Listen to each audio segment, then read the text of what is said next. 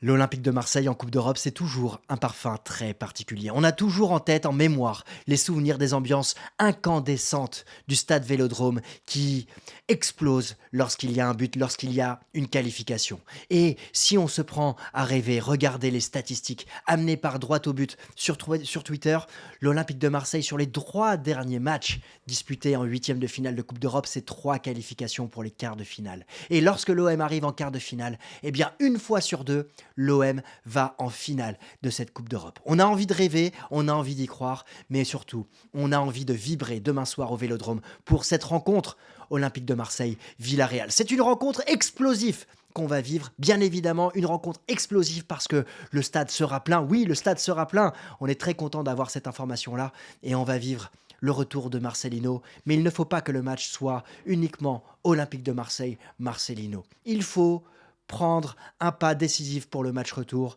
et il faut vibrer. Alors hier, évidemment, on a analysé cette équipe de Villarreal à 100%. La vidéo est en ligne ici. On va essayer de ne pas se répéter aujourd'hui. On va essayer de rentrer crescendo dans la rencontre, rentrer crescendo dans le vestiaire de l'Olympique de Marseille et monter en puissance parce qu'on a vraiment, vraiment envie de vibrer dans cette rencontre. On va revenir sur le contexte particulier, bien évidemment, la composition, quelle est ma compo pour cette équipe.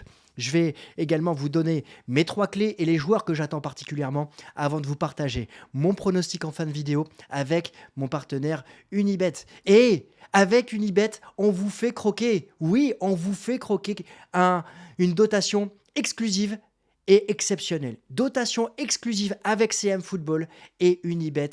Unibet vous offre 14 maillots, 14 shorts et 14 paires de chaussettes pour un club de football des Bouches-du-Rhône. Ça se passe avec le lien qui est dans la description. C'est exclusif à la chaîne CM Football. Vous ne pouvez pas le gagner autrement. Dans les 5 derniers jours, il y a un tirage au sort qui va avoir lieu.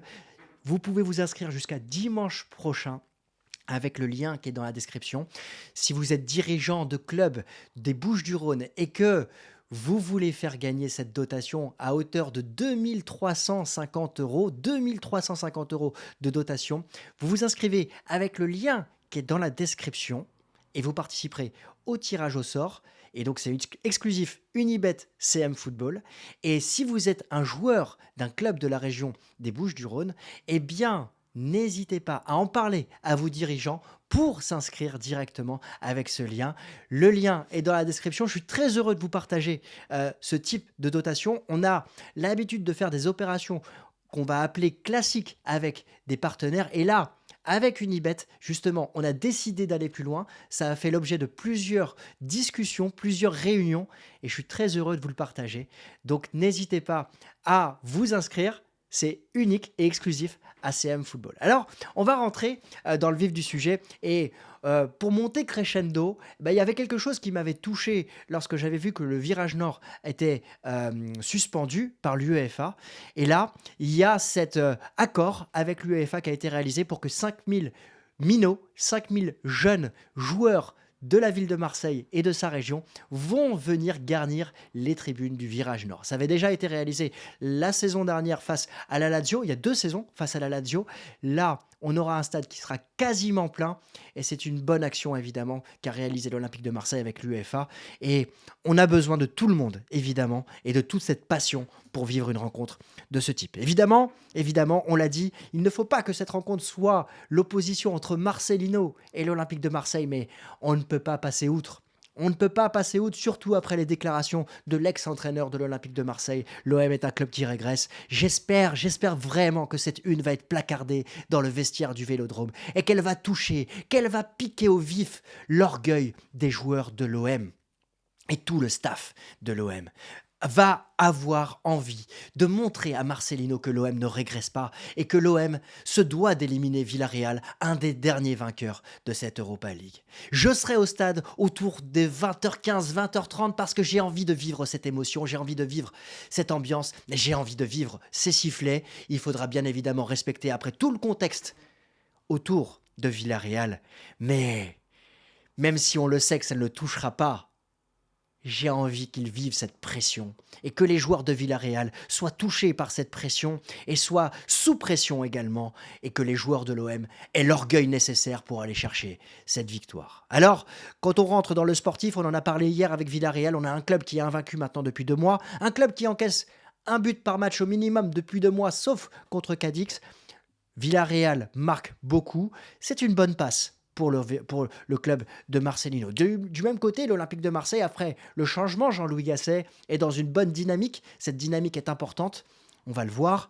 L'OM a marqué 12 buts, on a encaissé 3. Il se passe quelque chose à l'OM. Il va falloir confirmer dans un match, évidemment, épique, avec, je l'espère, tout un stade acquis à la cause de l'Olympique de Marseille pour supporter et pour amener cet OM vers la qualification. Alors, dans ce contexte, il y a aussi ce qui est sorti dans la presse il y a 3 jours avec les joueurs de Villarreal qui auraient été victimes d'un virus à 3 jours du match. Bon, ici, on est là pour décrypter l'actualité. Je l'avais dit sur Twitter, j'y crois pas. Je ne crois pas à cette information dans le sens où, évidemment, les joueurs ont été touchés, ils vont venir, ils seront prêts. Et il va falloir faire fi de cette information. Même s'ils se font dessus, j'espère que ce sera par rapport à l'ambiance et qu'ils vont claquer des fesses parce que il faut absolument qu'on aille remporter cette victoire. Alors si on rentre sur la composition, je vous ai mis les 3 dernières compositions de Jean-Louis Gasset. Les 2 premières qu'il a réalisées, c'était un 3-4-1-2 ou un 3-5-2. Malheureusement, ou heureusement, on verra à l'issue de la rencontre, ce ne sera pas possible parce que Samuel Gigot est toujours blessé et donc il faut absolument garder un défenseur central sur le banc si jamais il vient à avoir une blessure ou un exclu dans cette rencontre. Et gouverner, c'est prévoir et je pense que Jean-Louis Gasset va articuler sa défense autour de 4 joueurs. Ça, c'est la tactique qu'il avait employée face à Clermont-Ferrand. Clermont qui avait subi les assauts de l'Olympique de Marseille, l'OM qui n'a pas été réellement mis en difficulté, mais il y a une base solide. Alors derrière, je pense pas, Pape Gueye ne pourra pas être titulaire. La question qui va se poser, c'est de savoir si Unai sera titulaire. Ma compo est la suivante. Lopez dans les buts, Balerdi Mbemba en charnière centrale, défense à 4 avec Merlin sur le côté gauche et Klose sur le côté droit. Kondogbia devant la défense, milieu à 4 en losange avec Verretou qui revient, ou Unai. Tout va dépendre évidemment de l'état de forme de Jordan Verretou. Amin Harit dans ce milieu en losange et Iliman Ndiaye électron libre pour accompagner Aubameyang et Ismaïla Yassar. On le sait, les schémas ne sont pas figés. En phase défensive, je vois l'Olympique de Marseille s'articuler autour d'un 4-2-3-1 avec Harit sur le côté gauche, Sarr sur le côté droit et Iliman Ndiaye toujours en électron libre derrière Aubameyang. Quand je parle de phase défensive, c'est un Olympique de Marseille sans le ballon. Et quand on voit l'Olympique de Marseille avec le ballon, eh bien, je vois l'OM avec un 3-4-3 déstructuré, 2 relanceurs que seront Balerdi et Mbemba, Merlin et Klose en piston sur les côtés, avec un Merlin un cran plus bas. D'ailleurs, je remarque que dans ma composition, il manque Amin Harit qui est également présent dans ce 11. Avec Klose un cran plus haut, Ismaïla Sarr juste en dessous d'Iliman Ndiaye et Aubameyang en numéro 9, Iliman Ndiaye évidemment en électron libre. Évidemment, si vous voyez cette tactique, vous pouvez vous poser la question de savoir pourquoi c'est autant déstructuré. Et bien regardez la position moyenne de l'Olympique de Marseille face à Clermont. On avait ce schéma avec ces 2 relanceurs, cette colonne vertébrale avec Pape Gueye et Iliman Ndiaye et ensuite les joueurs qui occupaient les espaces sur les côtés. Un espèce de sapin de Noël, de flèche que j'espère revoir, évidemment, lors de la rencontre face à Villarreal avec l'issue qu'on connaît face à Clermont. N'hésitez pas à me dire en commentaire quelle est votre composition pour cette rencontre. Vous la voyez de mon côté, j'hésiterai pas évidemment à échanger avec vous de mon côté. Ce sera un 4-4-2 en losange. Alors, quels sont les joueurs que j'attends particulièrement dans cette rencontre ? J'ai l'habitude de commencer par les défenseurs. Là, je vais commencer par Pierre-Emerick Aubameyang. Pierre-Emerick Aubameyang qui est le monsieur plus de l'Olympique de Marseille, le monsieur Coupe d'Europe. C'est le meilleur buteur de l'histoire de l'Europa League. Il a désormais marqué 31 buts et on le voit, il n'a pas la même attitude, le même rendement, la même débauche d'énergie et surtout, il sait se mettre au niveau de l'Europe. Et en face de lui, il va avoir des défenseurs qui sont plutôt vieillissants, donc qui ont de l'expérience, mais qui n'ont pas forcément la même vitesse que lui. Et là-dessus, l'Olympique de Marseille va devoir jouer sur son efficacité. Lui qui a remis l'OM à flot face au Shakhtar, lui qui arrive à faire monter en puissance les joueurs autour de lui, je pense à Iliman Ndiaye, il va être le joueur numéro un de cet Olympique de Marseille que j'attends. Il a un équilibre parfait dans ses buts par quart d'heure. C'est un droitier et je pense qu'il sera décisif, en tout cas je l'attends particulièrement. Les autres joueurs attendus dans cette rencontre, eh bien c'est le duo Bemba-Balerdi que j'attends au niveau Ligue des Champions. Oui, au niveau Ligue des Champions. Chaque erreur se paiera cash. En face, il y a Guedes ou Sorloth avec Moreno. Et ce duo d'attaquants va faire mal à l'Olympique de Marseille. Ce sont des joueurs très physiques, très agiles techniquement et qui reposent sur un 4-4-2 de Marcelino avec notamment Akomash sur le côté droit ou Baena sur le côté gauche. Et ces joueurs sont très forts. Et le duo Bemba-Balerdi va subir la pression, va subir le pressing. Il va falloir être irréprochable dans la relance, il va falloir être irréprochable sur les contacts et il va falloir être irréprochable également sur les coups de pied arrêtés parce que Villarreal est très bon sur ses corners. Ils ont encore marqué ce week-end sur ses phases de jeu. Et donc ce duo est attendu au niveau Ligue des Champions. On le sait, Balerdi peut réaliser une erreur par match, mais on l'a vu cette saison réaliser de très très belles prestations. J'attends de lui qu'il soit au niveau de Chancel Mbemba, qui a fait une très belle CAN et qui a connu la Ligue des Champions avec Porto. À lui de nous guider, lui qui sera capitaine de cet Olympique de Marseille. Et puis, évidemment, je ne peux pas parler de cette rencontre sur l'homme qui monte sans la pépite, le petit prince de l'Olympique de Marseille, Iliman Ndiaye, qui va devoir lâcher son ballon un peu plus vite. S'il a un défaut à gommer, c'est celui-ci. Mais quand il est en pleine possession de ses moyens, quand il est en confiance comme il l'est actuellement, ses touches de balle, ses contrôles orientés, ses facultés à se mettre dans le sens du jeu et à faire déjouer ses adversaires, cette faculté à aller provoquer la faute, cette vitesse d'exécution, cette faculté aussi à voir le jeu pour voir Pierre-Emerick Aubameyang ou Ismaïla Sarr qui se lance devant, vont être des éléments clés. Et il est attendu, j'ai choisi cette photo spécifiquement parce qu'il a le ballon au pied, il va falloir lever la tête et lâcher le ballon très rapidement et surtout être présent dans les seconds ballons comme il l'a été face à Clermont. Un but qui a été encore une fois un but important pour l'OM parce qu'il a lancé l'OM dans cette rencontre. Alors, quelles sont mes trois clés ? Mes trois clés, elles sont simples. D'abord, les mots de Jean-Louis Gasset, son flegme, son attitude et le mental. On a toujours eu des matchs décousus avec Villarreal sur les dernières rencontres. Un Villarreal qui ne sait pas réellement tenir le score. Et si Villarreal vient à mener, si Villarreal vient à marquer, ce que je pense être le cas dans cette rencontre, il va falloir que Jean-Louis Gasset calme évidemment tous ses joueurs et les mette dans le droit chemin parce que le public va être chaud bouillant.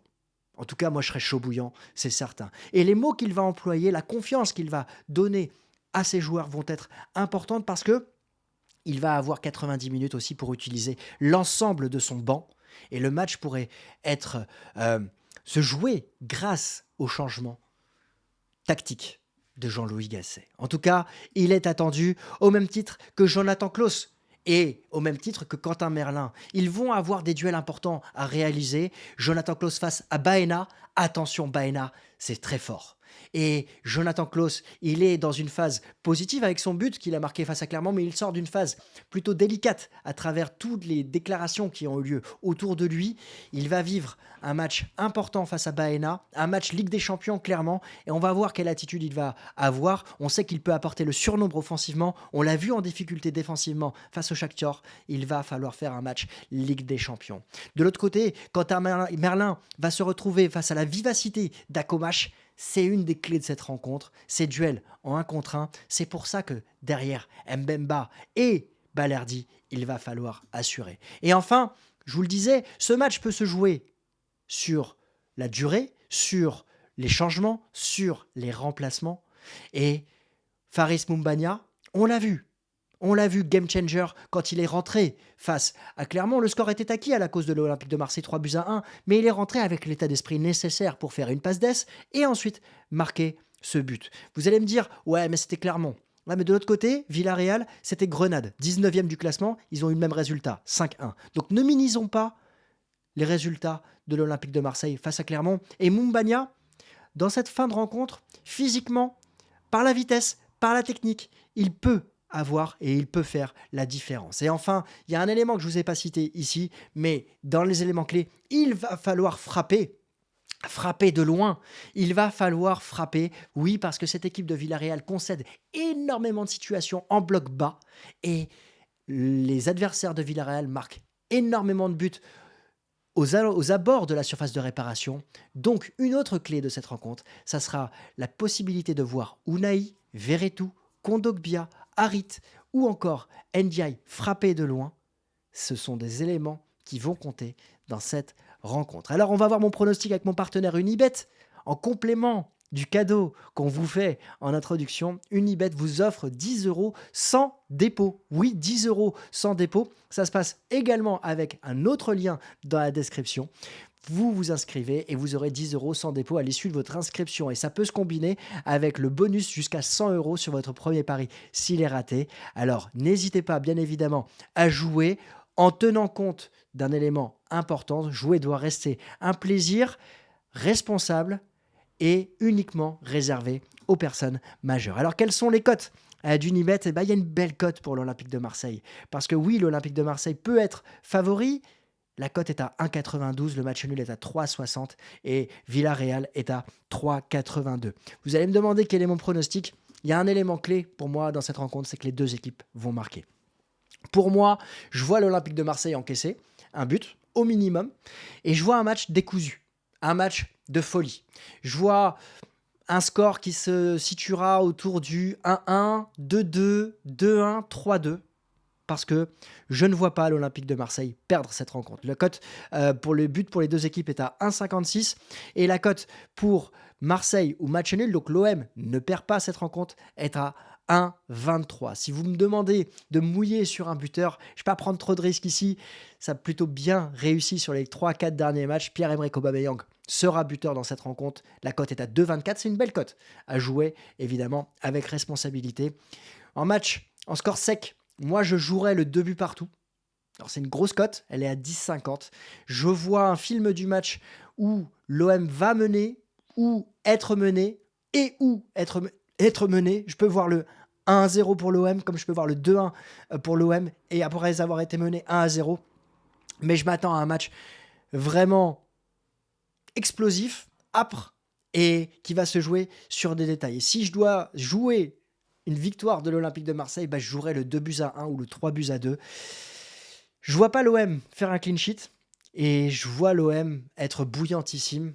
Et en revanche, je ne vois pas l'OM prendre un avantage nécessaire et considérable pour le match retour. Le match retour sera décisif quoi qu'il arrive à mes yeux. Voilà. J'aimerais avoir votre pronostic en commentaire. N'hésitez pas à me dire ce que vous avez pensé de cette vidéo. N'hésitez pas, si vous êtes dirigeant ou joueur des Bouches-du-Rhône, à vous inscrire avec le lien qui est dans la description pour le cadeau exclusif qu'on vous fait gagner avec Unibet, avec ses 14 maillots, 14 shorts et 14 paires de chaussettes d'une valeur de 2350 € pour votre club de foot. Et puis nous, on va se retrouver vendredi, calmement, je l'espère, avec un grand sourire, avec un grand yes. Je le souhaite, que l'OM l'emporte et qu'on vive un match de folie. Si vous êtes encore présent dans cette vidéo, dites-moi votre pronostic en commentaire. Je vais évidemment le partager, commenter, liker. N'hésitez pas à vous abonner pour suivre le débrief à froid vendredi matin. On croise les doigts. Bel avant-match à tous. Allez l'OM. Et j'ai hâte d'être à demain soir.